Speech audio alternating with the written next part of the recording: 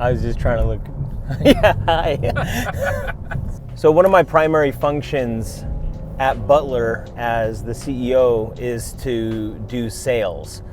And in fact, it actually took me a few years to be comfortable with even calling it sales, because I was turned off by traditional understandings of what a salesman is or how sales is done. And so I've just come to grips with it. I mean, I'm just persuading people to do something that's going to help their business. And so one thing that I haven't done in the last few years, at least, is any outbound sales. All of the projects that come to us. They're all inbound, referral or through search engine optimization, or they've seen our work. And just recently I hired a buddy of mine, long-term friend, and he has his background and is currently still doing high-ticket sales for corporate America. So he works in the corporate world and selling just gigantic pieces of equipment. And what's interesting about Ryan is that before corporate America and doing corporate sales, his background was in special operations for the Army, in fact doing psychological operations. So he was in psych ops, and so he fought in Afghanistan, in Iraq, and his job, he said he failed if they were in a fight because he had to win people over. And so with psychological operations, it's really about understanding the human psyche, how people think, and how to persuade people. And he carried over those skills that he learned in the Army over to his job in corporate America, and now he's going to be helping us as a brand ambassador for Butler. And so we're headed right now. I'm headed to his house to kind of pick his brain about sales and persuasion, but specifically from the perspective of things that he may have learned in psychological operations. So I'm pretty excited for this conversation.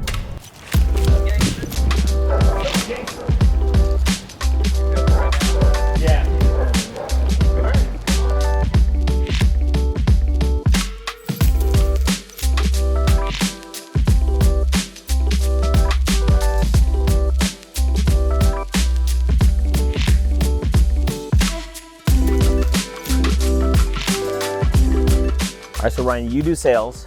I do. And a big part of what I do as CEO of Butler is sales. And but it took me like a few years to even be comfortable calling it sales. Sure. And because I had like an apprehension towards people have the picture of the sleazy car salesman type, and I was like, oh no, I don't do sales. I do, I don't know. I help people out, or I help people find solutions. It's like, no, you know what? I'm selling a product. I'm selling a service.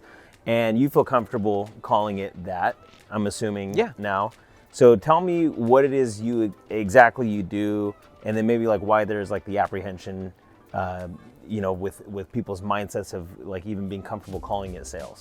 Yeah, of course. So one of the unfortunate truths is that when somebody asks me what I do, I say, well, I'm in sales, but I have to follow it up with, but not that kind of sales, right? And that's a reality, and most of that comes from people who have experienced either a bad sale, or they felt buyer's remorse after they did it, or they just overall didn't feel like they were treated respectfully. They didn't get the best deal that they could because they know that salesperson is getting a commission off of it, so it's not in their best interest. The thing is, like when we call it like, because I've had bad plumbers, I've had a bad dentist, but people that are in those fields, they're not like, I feel guilty for even calling it dentistry, even though there's bad people that have done it out there. And so you say like, I don't do that kind of sales. It's the mindset of people that are that have had a bad experience, but I think it's kind of like, I don't know, is that changing now, like the perception of it? It should.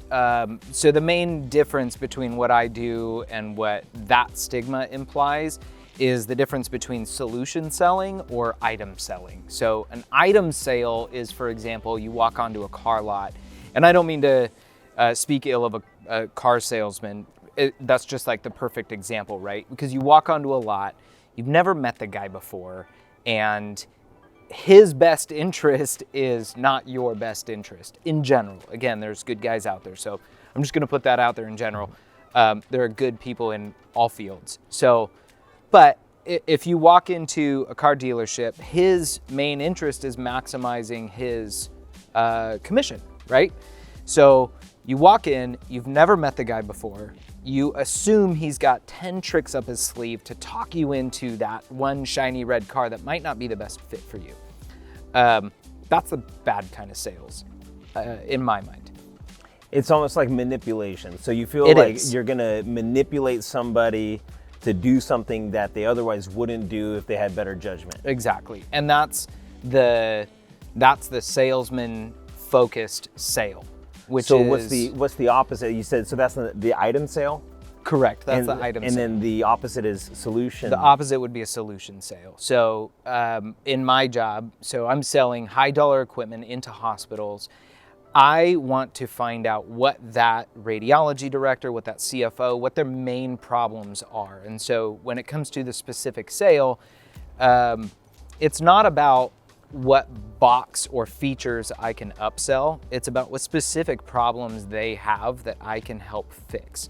So in the marketing world, that's what is your main problem? It's not I don't know how to do Facebook ads. It's I need to sell more of my product, or I need to increase my margin on those products, or I need more people to hear about my services.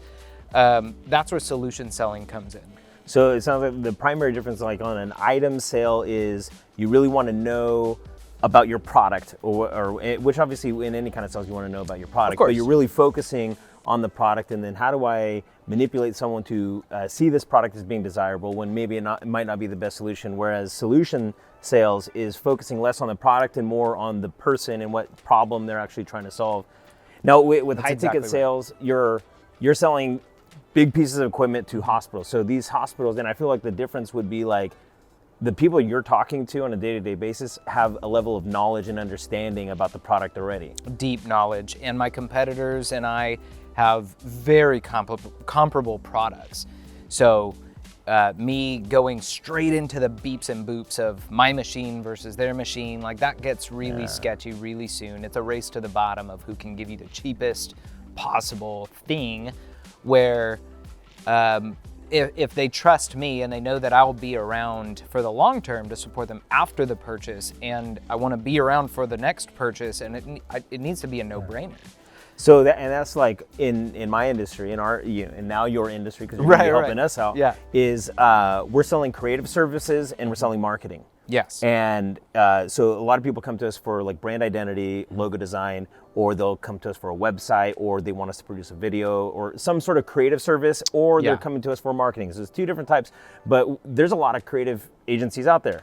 And so like the old way, or the product type of sale or the item sale would be to focus on like, this is the shiny logo that I can make you. Well, how is that different than the other creative agency down the street? Yeah. And one of the things that I've found is that the more, and I haven't even like articulated it the way you're articulating it, I just felt like the more I stay in the diagnostic phase, meaning I'm asking questions, I'm trying to figure out who they are. And so before I even talk about our products and our services, I'm learning about the business. Yeah. I'm asking them all the right questions. And I think because I ask the right questions, they feel a lot safer with me. Even though I might give them the same product as the agency down the street, I'm able to charge 10 times higher because they know that I'm not just selling the product, I'm selling them a solution to whatever problem they're solving. Yeah.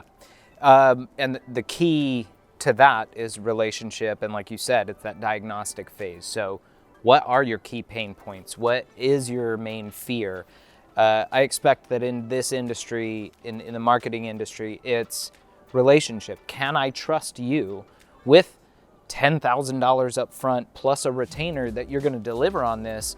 And who would you trust better than, the guy that just promises you that and it'll be a little bit cheaper, or the person who's going to pick up the phone and say, oh, this isn't working, it's not turning the results that you want.